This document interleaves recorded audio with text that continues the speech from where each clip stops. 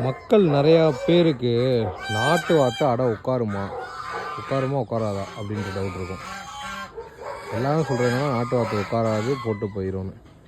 Goose வாத்து உட்காருமான்னு கேட்டால் goose வாத்து சூப்பராக உட்காரும், அதுவே குஞ்செல்லாம் காக்கும்னு எல்லாருக்குமே தெரியும்.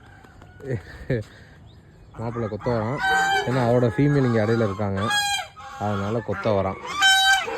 ஆனால் நம்ம அவங்களுக்கு எதுவுமே நம்ம பண்ணி கொடுக்க வேணாம்.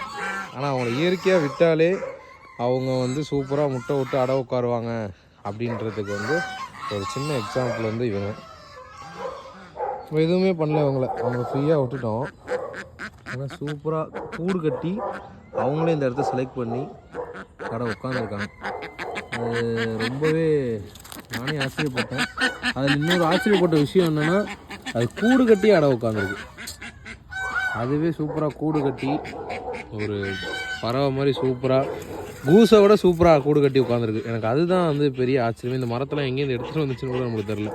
பட் ஆனால் சூப்பராக உட்காந்துருக்கு. ஸோ அதுக்கு நம்ம பண்ணி கொடுக்க வேண்டியதை கரெக்டாக பண்ணால், அது பண்ண வேண்டியதை அது கரெக்டாக பண்ணுன்றதுக்கு இது ஒரு சின்ன எக்ஸாம்பிள். நன்றி.